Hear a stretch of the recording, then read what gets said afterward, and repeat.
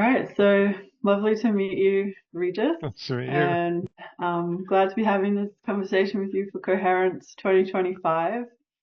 And I think to start off with, let's just touch on what does coherence mean to you, or what do you think that this project is about and can lead to? I'm curious. yeah, I have a interesting and rather complex relationship with that word, um, because a guy who was a kind of a destructive force in our GravityDAO later left GravityDAO and uh, ran all of our proprietary stuff through ChatGPT, and then rebranded himself as being this coherence person with the three instead of the E. And so I've in the last 8 months or so, I've had a bit of a complicated relationship with that, um, because it's weird to have somebody who is such a negative influence on you, like talk about coherence. And so coherence for me, a little bit harkens back to some of the work that I'm really a big fan of right now, which is Richard Rumelt's books, Good Strategy, Bad Strategy, and The Crux. And he actually talks about, challenge or problem, guiding policy, and then set of coherent actions. So I actually like that as a nice unifying way of talking about or thinking about strategy. Um, I Yeah, I like the idea that we can kind of align on things. So there's a lot of alignment aspects to stuff. I like to think of coherence as being where you can see the commonality underneath whatever the complexity is. Um, and because I come from a non-dual Vedanta perspective, looking for commonalities is sort of second nature to me. I um, so I like the idea of like coherence being like actions toward something which is looking for that which is common.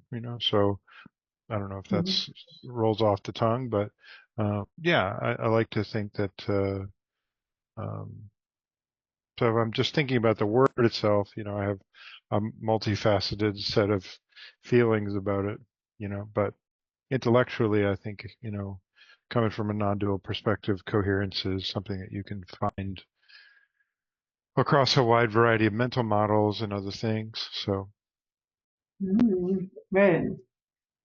Yeah, I've been particularly interested in how collaboration dynamics fit into that idea of what you're hmm talking about, that model of what hmm coherence could be like as an experience for people. And hmm um, I feel that it's not very well defined what collaboration dynamics look like in a healthy way. So Right. I'm curious about that myself. Well, I've done some research on this. Okay, awesome. So Like this a is lot. actually, yeah, this is what I said. I was talking about several hundred pages. That's kind of like Oh wow. what Yeah. this is. But um, yeah, so for me, the closest approximation to truth that we can get is paradox, right? And so by investigating what are the paradoxes of how human coordination systems work, how human collaboration works, I like to see if I can take and put myself at the center of those things where I can have sort of both aspects of that be instead of like a duality that I'm struggling against, but rather to see the thing as a totality, and so I can transcend and include the apparent dualities that I might feel trapped in for a time, in order to get a broader sense of what's going on. And so the repeated action of transclusion or transcending and including, to use borrow Ken Wilber's term, you that's basically the fundamental maturity process in my view, right? And so Hmm. as we mature in how we collaborate, as we mature in how we coordinate, I think that there's only one modality in which that takes place, which is transcending, including apparent dualities. And that for me is the definition of what maturity is, right? So So a huge part of what I'm investigating with all this research is how do I set myself at the center of all these apparent paradoxes. So like in Web3, we have the speed depth paradox, right? So we want to iterate really quickly, but at the same time, we want to have that iteration be meaningful at a human level. And there's a paradox that exists at the heart of that I find an interesting thing, and I'm kind of determined to resolve things like that. So. So could you tell me a bit more about what that paradox, like how that shows up in actual human interaction or Sure. group? Well, I mean, Yeah. uh, yeah, I have a whole set of documents on that. So there's a whole section about the inherent paradoxes of working in Cool. Web3 in crypto. So I can just kind of list off some of them for you. So freedom versus structure, decentralization versus centralization, mobility versus peacefulness, financial incentives versus authentic engagement, anonymity versus accountability, scalability Mm. versus decentralization, and these are all things that those are the central ones that our methodologies had already decided we wanted to address, and then some of the ones that I missed and later had to go back and figure out were privacy versus transparency, global access versus cultural fragmentation, and innovation versus stability. So, um, and I have some tools that I use to work through some of these, you know. Mm. Um, Yeah, I'll definitely will check out this amazing document you just shared. It's gonna be like food for thought, like all over the place. yeah, yeah. Well, that's the whole idea behind Gravity is I want to the first version of Gravity, what I'm calling Gravity V1 or GravityDAO V1 is was more like people are having all these problems and how do we address them? And so it was always this kind of human thing, right? So having conversations and like, hey, have you considered this? And like using, you know, basic therapeutic techniques in many ways and nonviolent communication and, Mm. some parts of like alternate dispute resolution and getting to the balcony and all those things. Those are all really useful.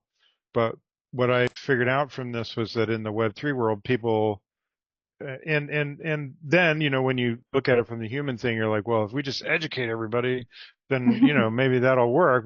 But the process of Yeah. processing feelings and then educating people on the back of those feelings, it takes a long time.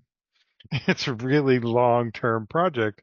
And Hmm. so I've created this thing that I'm calling the ZZ Top strategy, which is um, so the metaphor I use is this back in when the 80s were first happening and MTV first came around, like there was like this old Texan blues band who were all older than pretty much all of the other musicians. And so there were these young, good-looking, non-blues playing electronic bands out there with the new wave. And MTV was there. So they were like, well, how are we going to succeed being old guys with beards and like and so that what they did Yeah. was they actually put a little bit of electronic music in their drums and into their stuff, and then they just made really good, if rather sexist, music videos, and they basically succeeded in a way that maybe no other Yeah. band had done so, by kind of taking a little bit of what they had done before and a little bit of what was needed from the market right now. And so our Mhm. basic strategy with GravityDAO now is to say, let's actually create tokenomic systems and human systems and organizational software and processes to solve these problems rather than just deal with them in the feeling space and in the educational space. Yeah, I really like that. I think that just having an educational framework to things like that sets it into a certain type of tone and on a Yes, certain trajectory that yes, is not like, yeah, it's not fast, but it also has other limitations all bound up with it as well. So sure.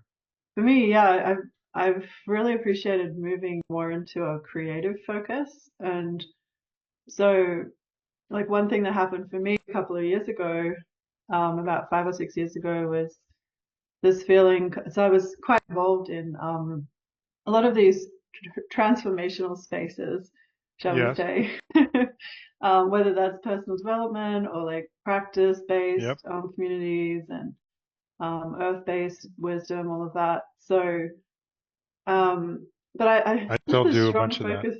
Yeah, I'd love to chat more with you about that aspect too. Yeah. But I feel like there was this strong focus on healing all of the time, healing, Yes. healing, healing. And I was like, I really need to focus on creation. And like that kind of shift for me was huge to think of Yeah. how I could create spaces or be engaged in experiences that weren't feeling focused, but were creative at the core. Yeah. Yeah. Well, and I think the fact that I spent a decade trying to take like obscure Indian practical philosophy and like pi and phi and Fibonacci numbers and turn those things into buildings, you know what I mean? And so like, how do I construct from these really abstract or mythological or subtle concepts into something absolutely concrete that you could point at and go, here's the thing, and the entire building is built around this one upside down triangle that represents the goddess Durga, Oh, who's, behind me. So like, how do you yeah. actually Yeah. manifest that stuff? Gave me a lot of the practical like Hmm. experience to try to translate that stuff into like human coordination systems and so Interesting. I'm very prolific right now. What I'm doing is I'm bringing up many graphics that I can show you that I think you might be interested in. Sure. Yeah. I love like yantras and things like that. Oh yeah. Oh, I'll show you some pictures of the building actually, because Yeah. I've got there you're very rare in the of people who actually know what a yantra is.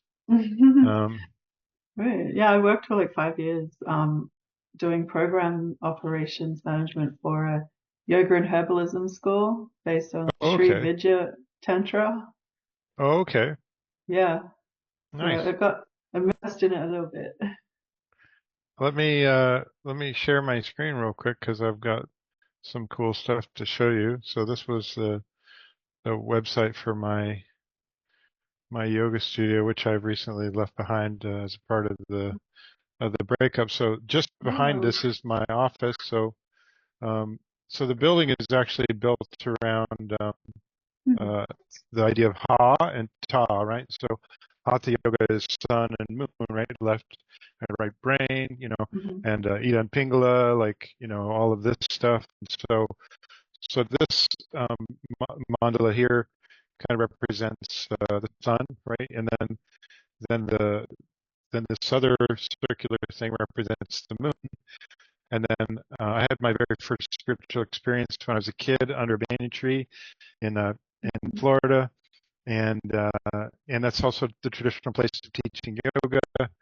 So yeah, so we did a lot of things to kind of so like when I said the entire building was built around this upside down triangle, that's because my Ishta Devata is Durga, and so Durga Das is my email address. Like so, I Right. mean, so yeah, so I basically built a whole building around this, um, and then we used Fibonacci numbers to determine the distances to each of the circles, and yeah, Oh, great. so that's the entrance to my office. There's some of the process of building, um, and there's me when I was 20 years younger. Um, Wow. What, so where did you build this? Like which part of it's the in planet? Nanaimo, so like it's about 10 kilometers from where I am now. Yeah, in Canada. Yeah, in Vancouver Island. Wow. So And this is like the front door. is this being tended to by anyone at this point, or It's my ex. yeah?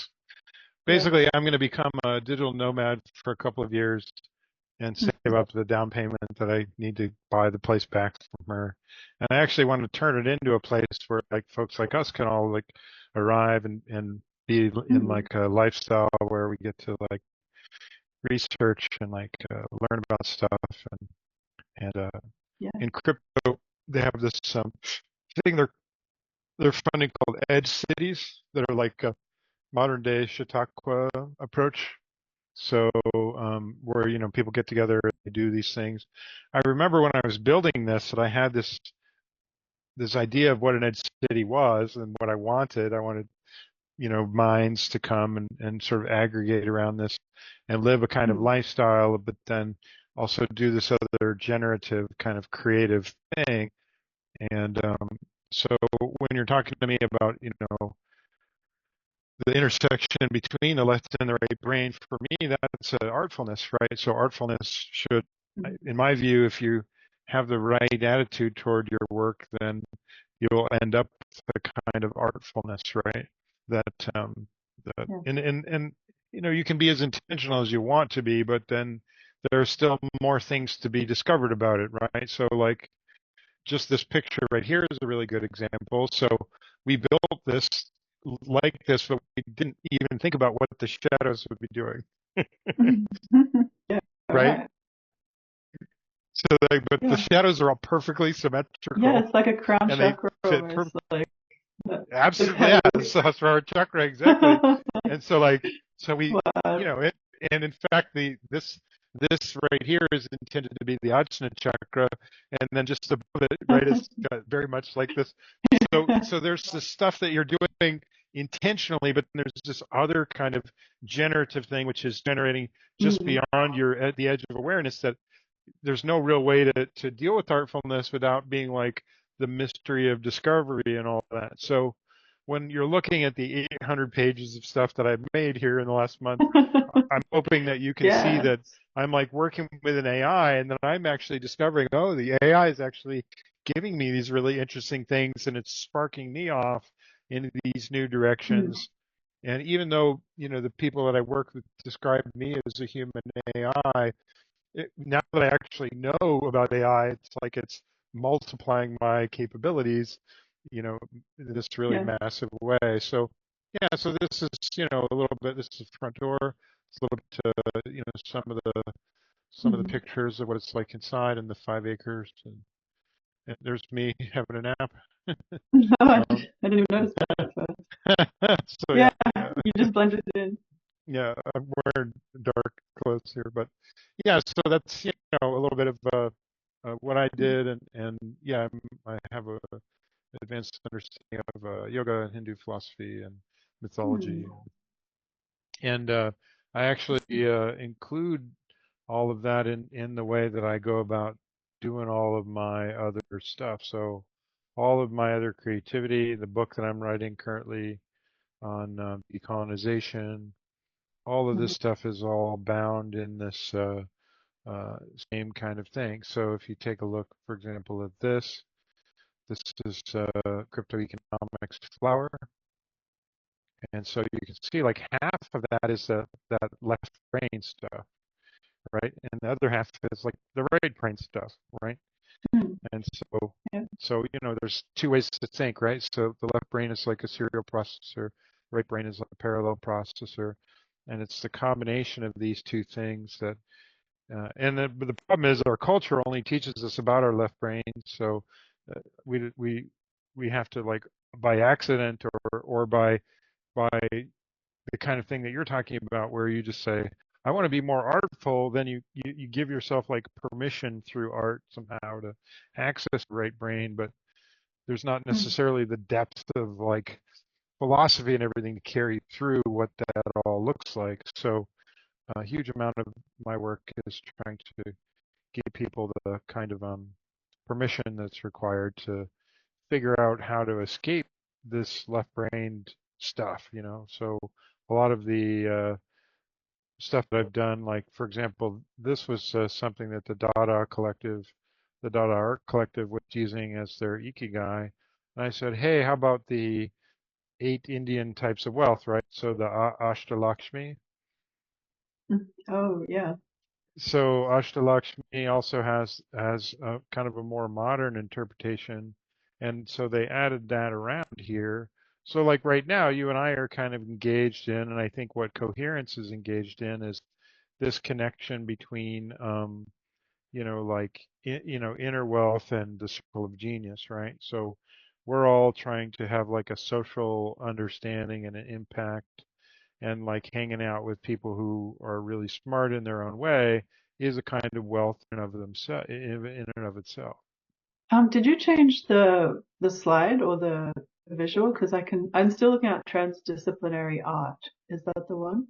Oh, maybe I accidentally saved it or shared it incorrectly, so I'm sorry about that. Oh, it says screen sharing is paused. I'm not sure why I Oh, did that. So yeah, I didn't touch anything. let me share my whole screen again here. So I wonder if you can.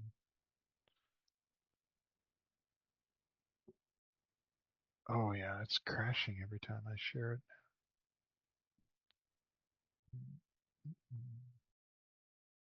Yes, awesome. Okay, cool.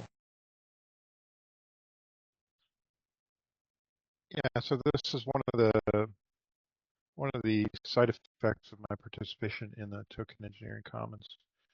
We created two working groups. One was the Gravity Working Group, which later split off into this DAO that I'm the co-founder of. And then the other thing was we had this thing called the Omega Group, which was just how do we connect all these crazy things together, really cutting edge, like super high thinking stuff into and bring that into how we deal with, Mhm. this new Web3 cultural dynamic. And, so, um, so yeah, the mega group was basically created because I was talking about these topics and everybody was like, oh my God, I'm so inspired. We want to create a whole group where we get to talk about that all the time. I can imagine. Yeah. And you have actual places to explore this and try this in real time? Yeah, so I'm basically GravityDAO is engaged in building this stuff. So that's, Mhm. we want Mhm. to we want to build real tools and real community around this stuff, right? So we don't. I'm actually making tokenomics that are saying, hey, we should actually, instead of reducing everything down to economic wealth, we should expand the nature of what we consider to be wealth and pay attention to when is it that a person needs to just be around people smarter than them? And when do they just need to be around people? And Mhm. when do they need to have some shift between their inner life and their social life? And that might mean that they have the right person in their life to move it or shift it in some way. And then, between career and inner wealth, you might have to go off and have an adventure. Like I'm getting ready to become a digital nomad. So like, and I went and lived in a monastery and gave everything I owned, and in order to buy myself this inner wealth, right? And um, so once you see it as a kind of totality, it becomes very easy to say that maybe as a cohort or as a culture, we need to validate more of these different kinds of wealth and have systems and reward mechanisms and other ways to validate and connect um, at that level. So, yeah, and then I also do things like diagnose Mhm. problems. So this is a nice you know uh, evaluation of problems that we went through ourselves and that many small teams experience. And I'm going to be building an entire software tool that is based on this graphic, where you can actually get diagnoses for what's going on with your organization and so on. So yeah, so this is kind of Mhm. the work that I do. Yeah, it's beautiful. I love Okay. seeing it all. Um, yeah, there's a couple of things that immediately come to mind for me, which hmm would be, um, well, I guess firstly a question is, how do you see people engaging with these frameworks? And is that why you're interested in coherence? Because you think conversations are inherently a part of that? It capturing Yeah, that, yeah. Hmm. I think that's true. Also, I'm in the leadership of my local men's group, right? And so that's all about spending 3 hours a week where we sit and we Hmm. talk, and then I have a therapist, and we sit and we talk, and I'm constantly in online meetings like this one, and it's all about conversations. My mentor is helping me um, create the self-discipline around writing my book. He also wrote a book about his sailing around the world, right? And so he sailed around the world on a sailboat, and the name of Hmm. that sailboat was Conversations. Wow.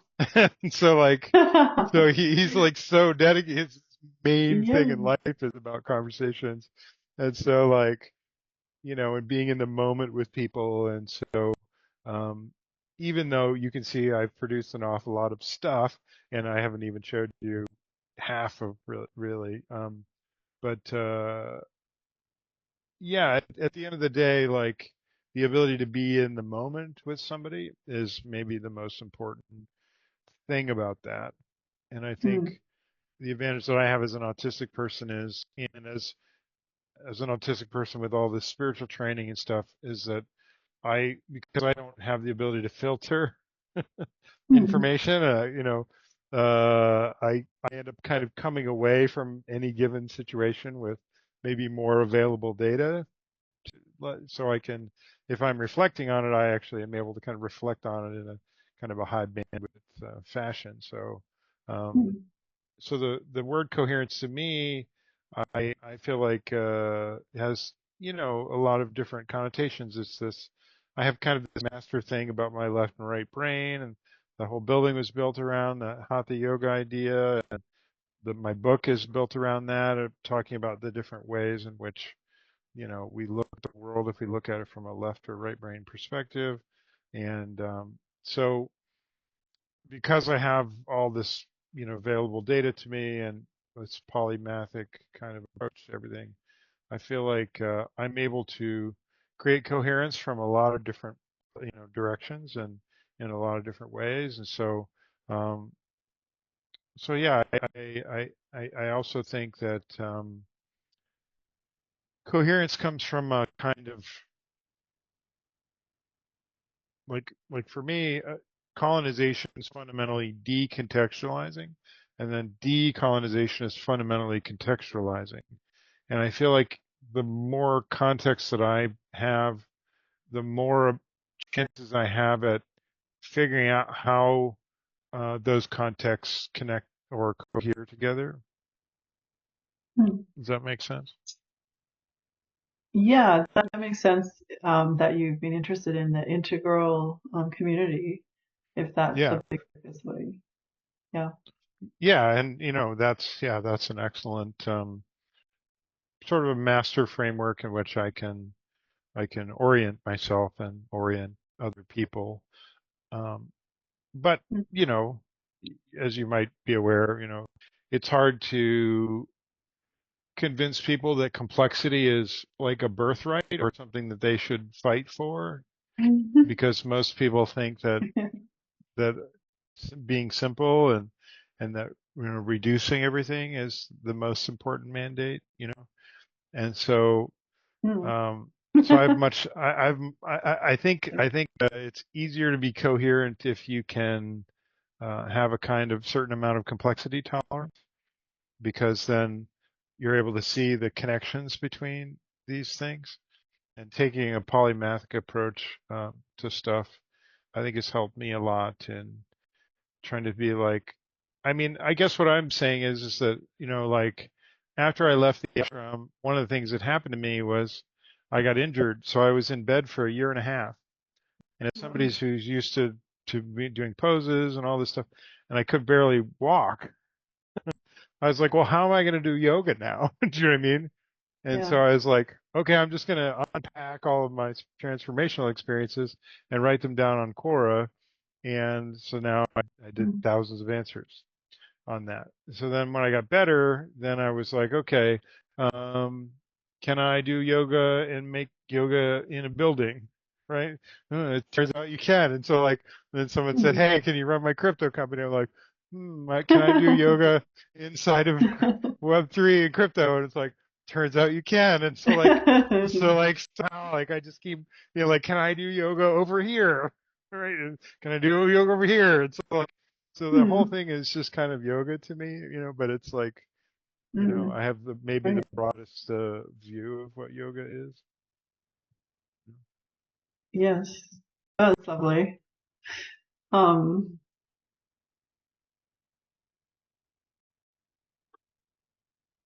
yeah, I don't really know exactly where to take it, but I don't think that's necessarily my job to decide either.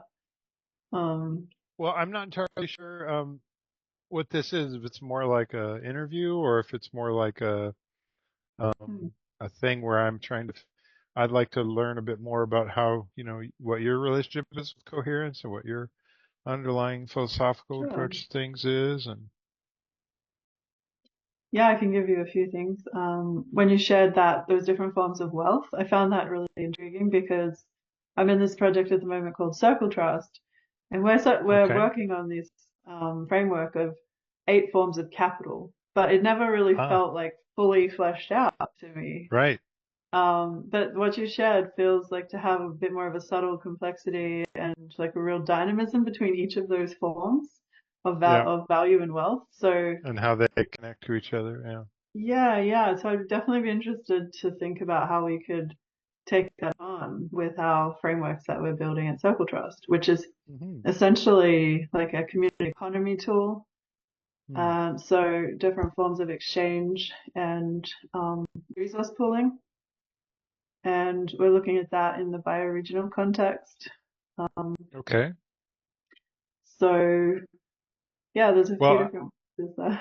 I mean, I'm going to be building tools based on this exact thing. So, Right. if I'd be Yeah. really interested to Yeah. see, what your guys' input is on this. I mean, so Hmm. the form that I showed you is a little bit of the form that comes out of the work of Robin Sharma. So if you want to look up Robin Sharma, he's got like a modern take on like like I don't know, it's like a modern success orientation that he kind of co-opted the ancient form of the Ashtalakshmi, the Hmm. goddess Lakshmi, who is the goddess of wealth, and then changed it a little bit into this kind of Hmm. modern thing. But I think it's really useful to understand how the relationship between the kind of the ancient form is and the modern form, and to then so I'm interested how you guys got your inspiration for your eight forms of wealth. Where did that come from? Well, it's actually based on, I, I think I've heard the Capital Institute. I think his name's John Fullerton. He is a proponent of this, but he wasn't the originator. I think that it comes from this kind of obscure document by someone Appleseed, who like apparently put this on Interesting. the internet. Regenerative capitalism, how universal patterns and principles will shape the new economy. Yeah, Okay. sounds like what That's, the area that you're thinking in as this with that. hmm. Yeah, I'm interested in it because it's too close to just be coincidence. Because Do you know what I mean? Like, it's oh, 8. so Yeah. when I look up the Capital Institute, I see Nora Bates in here, also, who is, Hmm. a fairly prominent integral thinker who, Yeah. um, so yeah, that's interesting. So my thing has always been to not care about the capital or the economics of it, but to just care about the people. But what I'm realizing now is that I actually need to care about the people and the software, or the people, the software, and the economics of it, and get down into the details of all of this stuff. So um, yeah, and there's an awful lot of poor assumptions that are made, like, because a lot of Web3 and crypto is based on game theory, and game theory makes some pretty fundamental errors in terms of the motivation, like the perfect agent, the perfect person who has perfect knowledge and perfect motivation. That's their starting point for all of game theory. But Right. none of those Yeah. things are true. And so like, Yeah. you Yeah. know, and so like, why is everyone looking at game theory that has a really imperfect basis, but almost no one's looking at social choice theory. So, the Mm. theory of voting, and certainly no one's looking at all about the fundamental problems with social choice theory and how do you solve those problems. These are the kinds of things I'm looking at. So, um, Right. Yeah. I'm like my focus in this area has been looking at uh working on some sort of idea of a well-being index that could be right. applied to each individual that is participating inside a community economy, so Hmm. that it is like, so we can make sense of how each person is experiencing the community economy and the actual value that it's bringing to them. Um, Yeah, that's really interesting yeah. because I'm actually going to be building sense making um, with into the voting thing that I'm going to be creating and into the crypto economic system that I'm going to be creating. Hmm. So there's no way to participate in either the voting or the economic system without going through layers of sense making. Mhm. So we're not just throwing it to a vote and say, do you want this or don't you want this?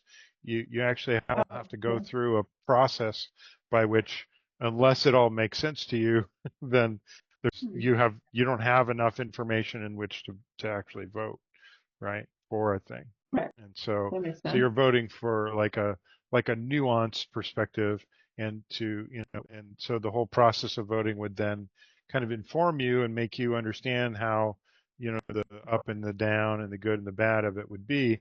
And then you basically would be like a fractional voting thing, like here's one sort of atomic idea of what makes sense for this thing, and then on top of that there are these 3 to 10 different factors that allow you to make sense of the whole process, and then you're kind of voting in some way for the Hmm. fractional parts of all of that.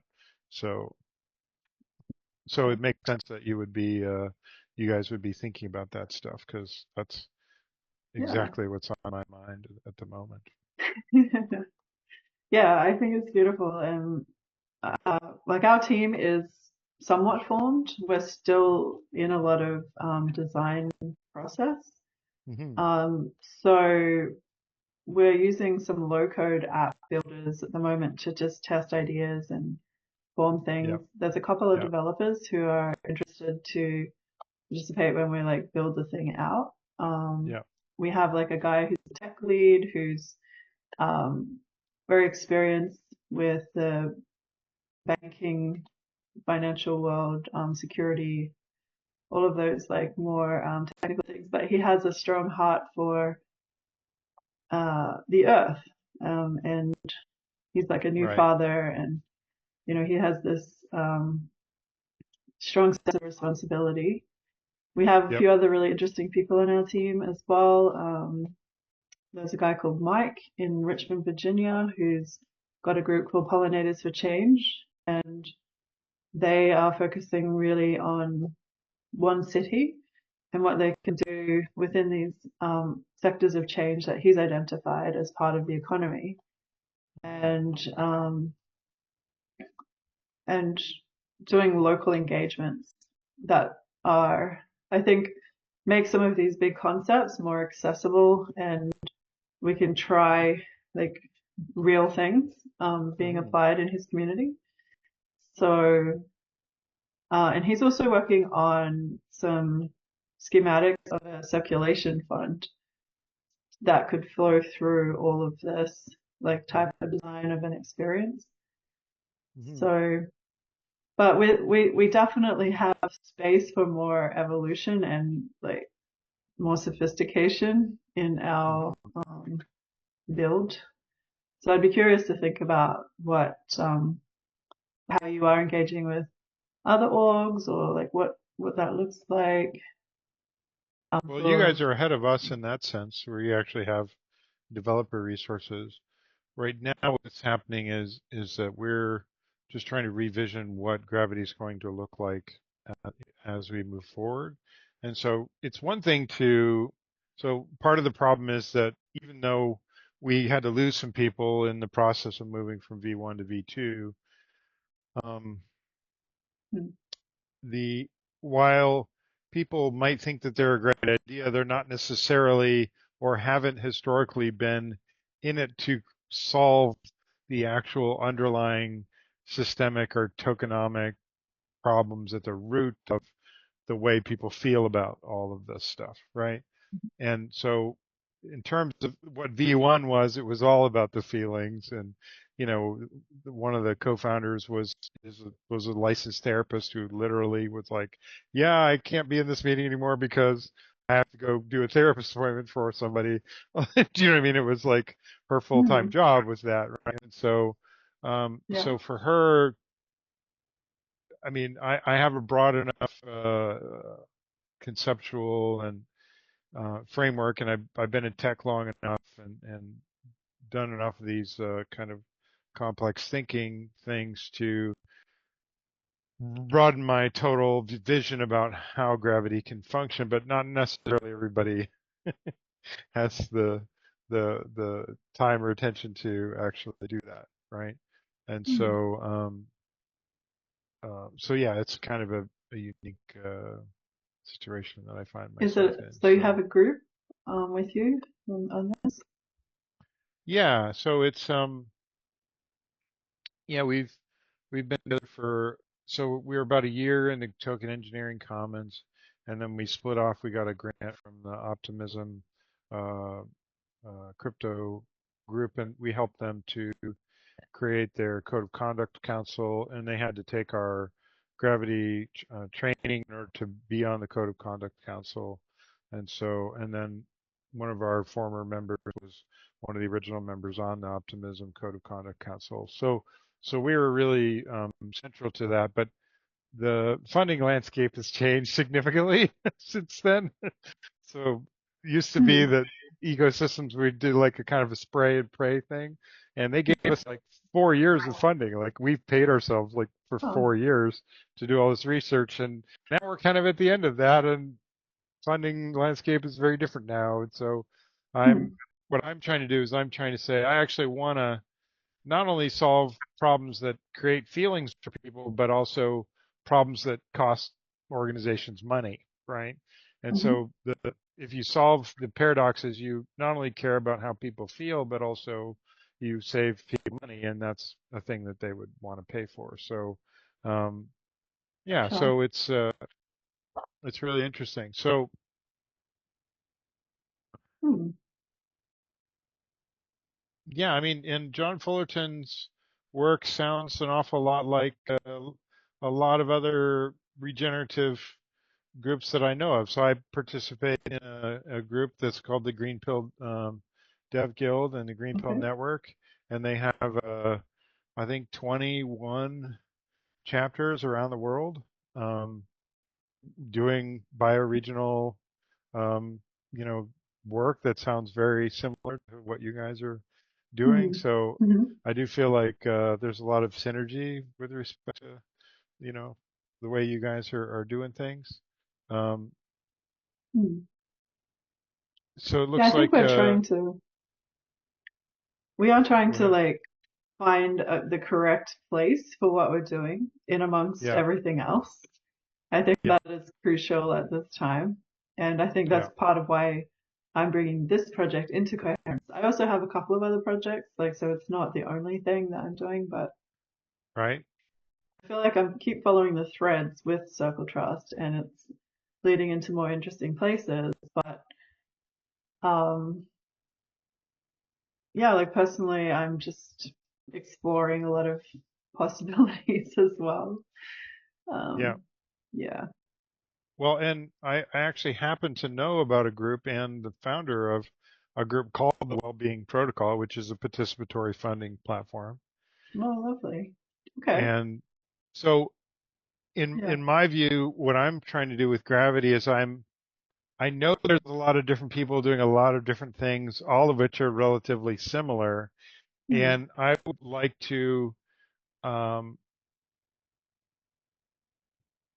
I mean, my inspiration for this is like Indian philosophy. So with the Indian philosophy, the neat thing about it is the coherence is built right into the process, right? So because you're dealing with a unified left and right brain, there's this idea of contextualizing the division of the left brain into the unification of the right brain, and the whole process is that it's almost like you have like a post, and then you just kind of lash on a string or a rope onto this central post, and then everything else kind of it can there can be a lot of different strings and a lot of different ropes that connect the centralized thing, but but um, but they all Mm. connect. Do you know what I mean? And so like when I think about coherence in the broadest sense, I continue to think that even though I'm very intellectually curious, I can take my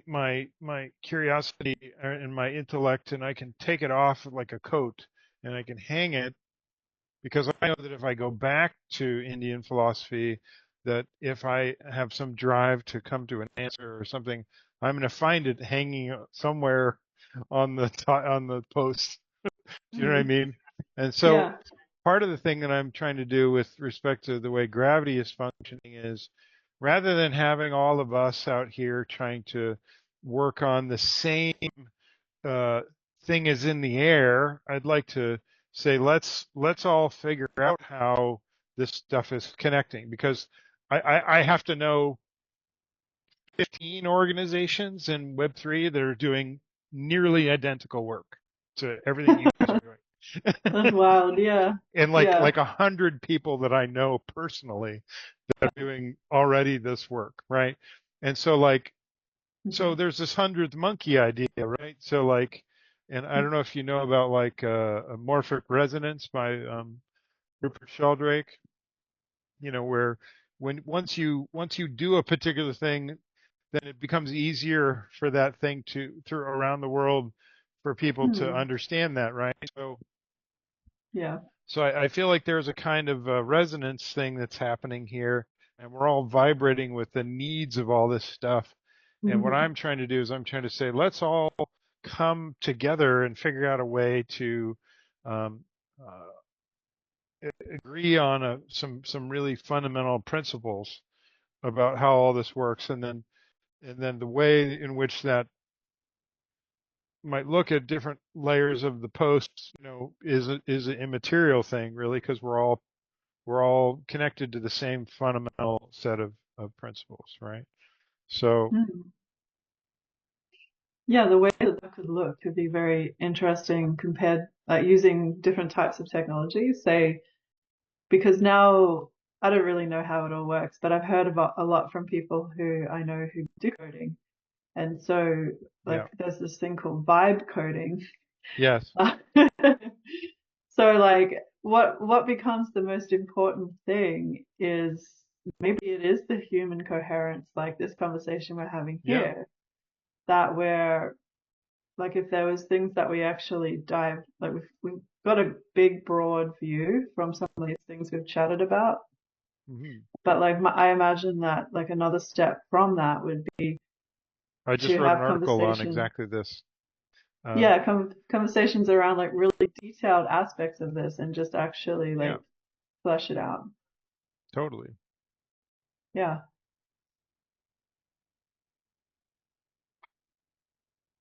Yeah, I'm actually yeah. So one of the things that I'm doing is I'm basically saying like the technology first idea fails for a bunch of reasons, right? And so the article that I wrote in paragraph is about like 6 decades of how technology first solutions fail, right? And so so we've got this tech thing, but then we need to add the human component into it, right? So that's coordination, that's collaboration, that's all this, right? And so I'm not just creating, coordination platforms. I actually want to create tools that have underlying tokenomics and like I mean, just this week I figured out that there's a groundbreaking way that we could use NFTs and the unlock protocol to um, revolutionize how software as a service is done. I just figured this out this week, right? And Tell so us like we're about going to build like a like a it. minimum Yeah. viable product using this stuff, and Hmm. so like the programmable assets is a really big deal, right? So like Yeah. non-fungible tokens could mean for me when I heard about non-fungible tokens, you know what I thought of? The US Constitution. Hmm. I didn't think about a Interesting. JPEG, right? I didn't think about, Yeah. do you know what I mean? So like what most people think about in NFTs is it's non-fungible, right? So it Hmm. means I have a programmable asset that can basically say, here are all the things that we're going to do. So the very first project I was ever involved in with crypto was a thing called Spirit Coin, which doesn't ever really exist because at the end of the day, the guy who was making it was a lot more interested in having his own coin than actually Hmm. fulfilling the promise of the project that he was basically selling it on the back of. But the promise of the project was, I don't know if you know, in Canada they have this thing called the Indian Act. Is Do that you know, native? do you know About anything native about people? that? Yeah, it's about Native people. It's Okay. basically Yeah. um, what people don't realize about Canada is a legally apartheid state.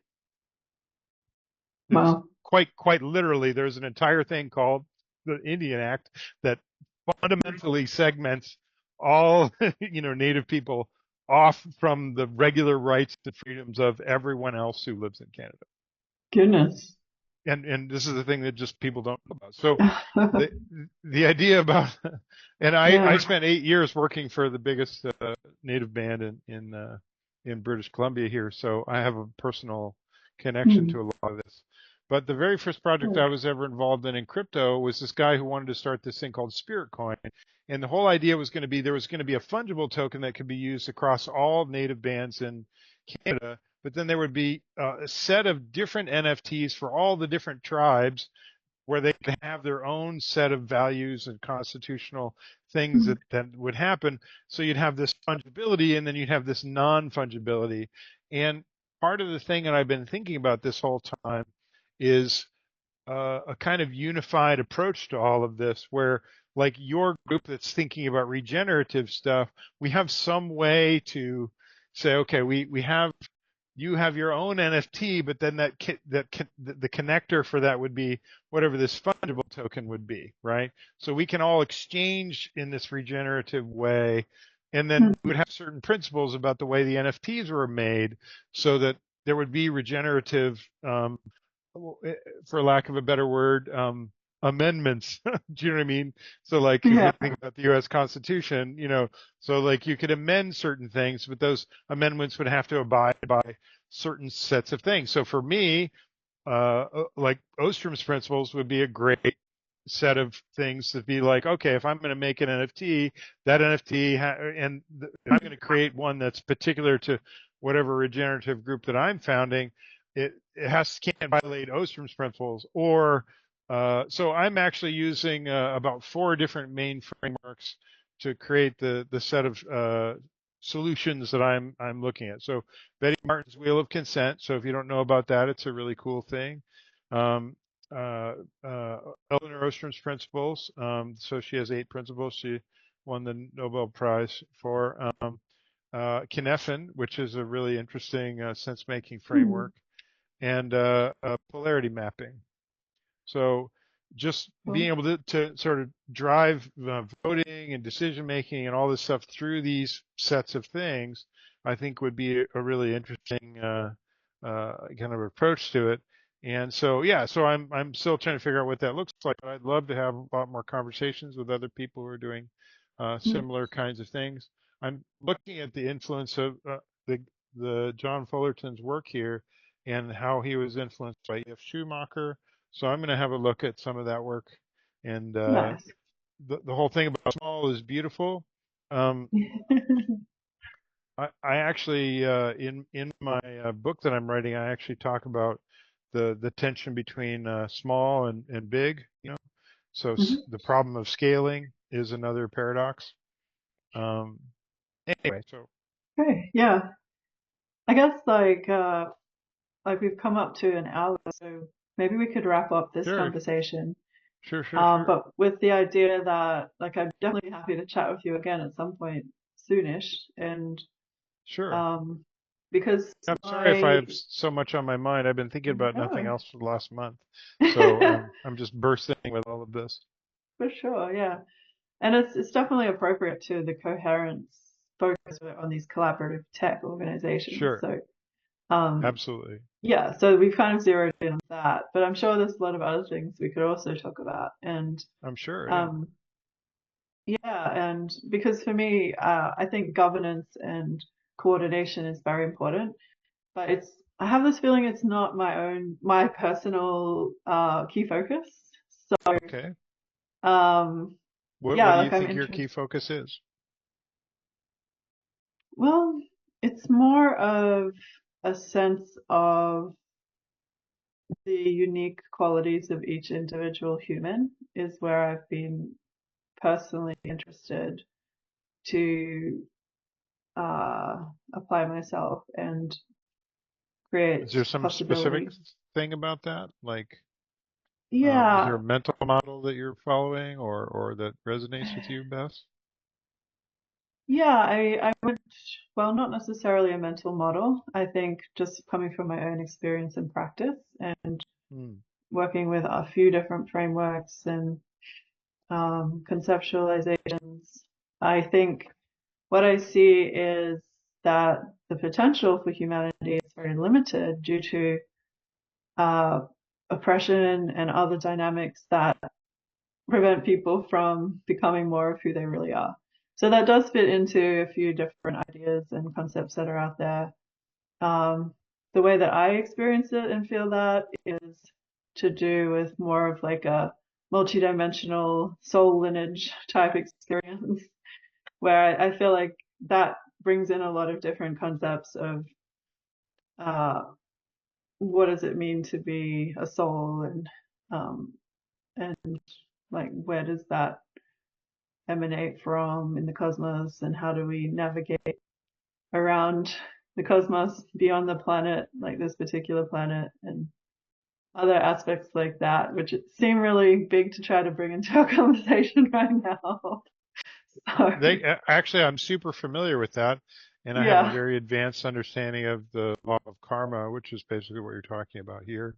yeah, And yeah, yeah. so my theory about how we individually can reconnect to this is this sort of decolonization framework.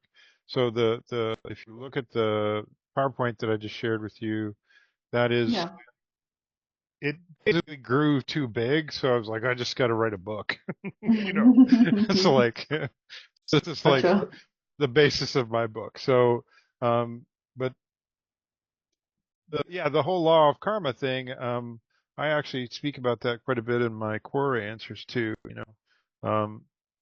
So because the world is a unity and none of this is really happening, but we have to allow for the division to happen, but we also have to allow for that division to reunify.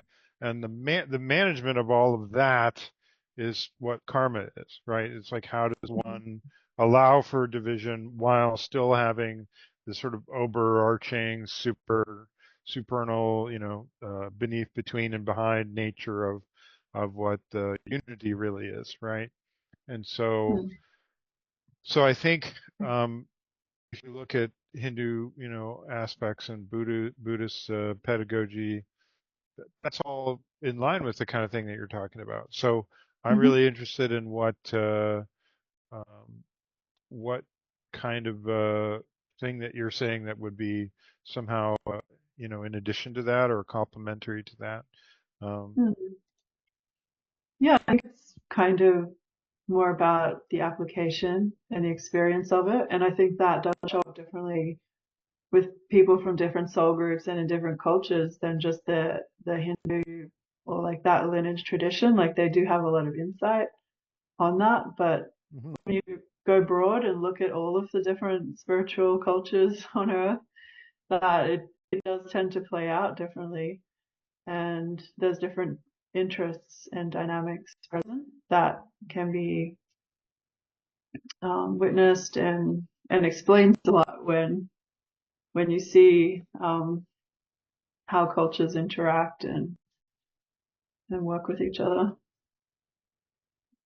or not. So are you in the process of like documenting that so I can understand what you mean by that?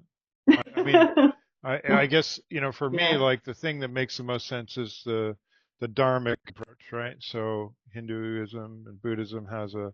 a totality that has got congruence and coherence built into it. If we're talking about something that I think that a lot of people might confuse Hindu culturalism for the thing I'm talking about. That those Yeah. things are not even remotely the same. So like things like Advaita Vedanta, while they are based in India, it's an eternal philosophy. It doesn't belong to any one cultural dynamic. And while there is a Hindu sort of culture and there is a Buddhist culture, those things are not really connected in any meaningful way. Like one is kind of in service of the other, as opposed to the other way around. So, the first thing I thought about it. Do you know about the Wilber Combs lattice? Have you heard of this? Um, Not that particular piece, no. Yeah, I want to show you. So if you take a look at I know we're coming up to the end here, but we just keep thinking about other stuff. So do you need to go? So I don't want to miss your I section don't have a time. hard stop, but I guess I do have a few things I have to do today. So, but I think that's why a part two would be really nice. Yeah, well, I'll just leave you with this then. Can you Yeah. see the screen? Yes. So if you look in the bottom right here, there's this thing called the Wilber Combs lattice. And it's just basically, I think what you're kind of talking about here is depending on where you are in your developmental altitude, right? And you can see Mhm. this goes all the way up. Um, uh, you know, and this would apply to cultures too, because cultures have colors, normative things that they do. But the way that they experience the gross, the subtle, the causal, the non-dual is extremely different depending on um, what what sort of developmental altitude you have. And so this is a really nice framework for understanding why different people in different cultures experience the same thing differently, right? Mhm. And when you mentioned that, I just thought maybe if you looked up the Wilbur Combs lattice and did a little looking into it, it might be useful to you as a translation Okay. tool to Yeah, I'll think check more it out. about, the thing that you're expressing to me. Yeah, because I think I've been basing it more so on practice with people firsthand and working with people one on one so that Yeah. there is a deeper experience of what that means for each person. I Hmm. haven't really been trying to create anything that looks like a framework yet around that. Yeah. Yeah. Well, I guess the thing I hear when you're saying that though is that you're still the thing that you're holding on to is like, yes, there is actually a commonality and you're validating that commonality across different people, right? And that's a very beautiful thing. That's literally what all non-dual people really love to Mm, hear. So yeah. I'm trying to give you a compliment in a way to say, I think Okay. you're seeing something, but maybe you just weren't aware that there were other Mhm. people that had developed, Yeah. these understandings how that all connects together. So, for example, like boomeritis is an excellent way to talk about how baby boomers became very narcissistic and self-serving. And yet at the same time, I can see directly how my father his behavior is influenced by, his boomerism Mm, and how I kind of dealt with that and how the implications go across culture. So, yeah. so we have a public and a private experience of that, and so I like to connect all those things together. So anyway, Mm, thank you so much for talking yeah. to me. And I'm sorry I talk so much, but No, it's just like no, the it was absolute great. most fun thing to think about. Yeah. Well, you've given me a lot of places to look and to explore. So perhaps I can reach out to you via email, or Yeah, something please like that. do. Do you have my Yeah. email? I think it was in the Google event, the event Yeah, calendar it's booking. I just put it in there. Okay, So thanks.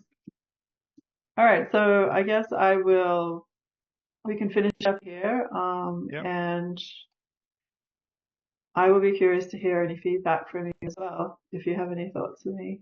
So I'll email you and we can just chat that way.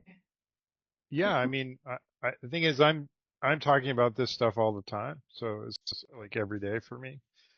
So I Yeah. just love to talk about it. So I'm just glad to talk about it with somebody else.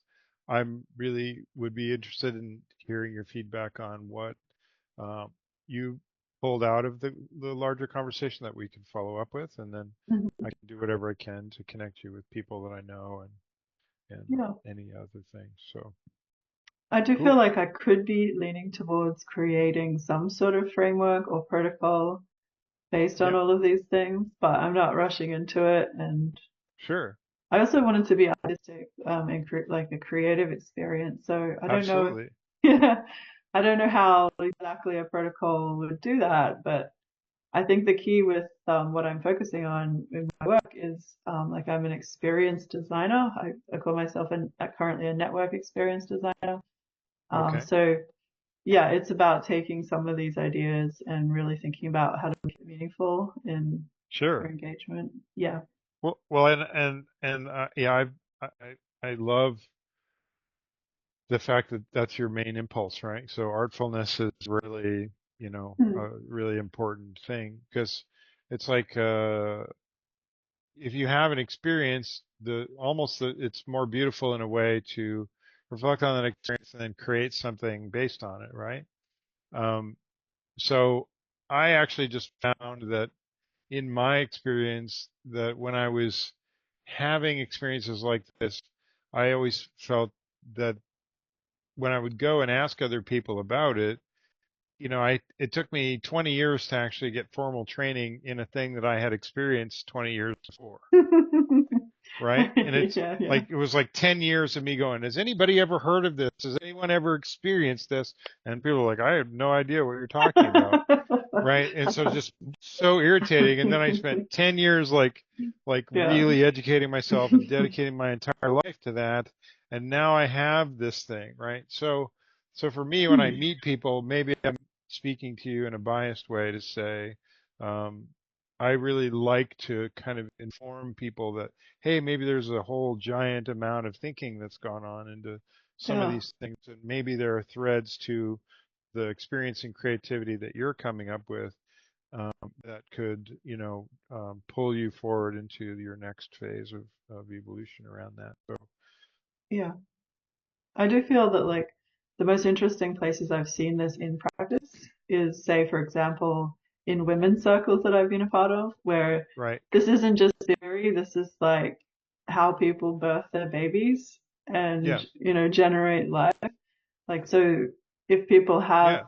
this type of wisdom, it actually follows through like on that red thread, right? So Yeah. that to me, like that's like often a big missing piece in a lot of what I see as like these integral communities and other places like that is that it is so much of the mind. And I think that there's other places where it touches grass or it really touches like Yeah. that creative spark that it makes Yeah. it real and generative.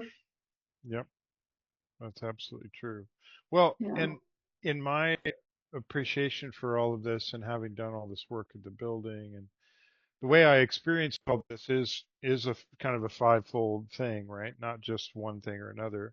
The broader cultural dynamic tends to be very so reductionist that it's difficult for us to see how um, a person like myself who's experiencing this integrally might be expressing it in an intellectual way, but I'm experiencing it in a multifaceted way. And so I Hmm. apologize if I didn't, use the correct way of expressing that because most of the time I'm talking to people at a kind of an intellectual level around this. But Hmm. No, the, I kind of picked up on that, like seeing oh, pictures of oh, your good. Yeah. studio and, like I Yeah. could see Yeah. that organic energy that you've been working with. So, Yeah, yeah, yeah. yeah. Well, for me, the Western thing tends to break apart the practical and the philosophical. And for me, the right way to do it is to have, I would not do a practical thing that didn't have an underlying philosophy to it. And I would not do a philosophical thing that I couldn't figure out a way to apply a practical or pedagogical approach to that. So for me, those two things Hmm. are a united approach.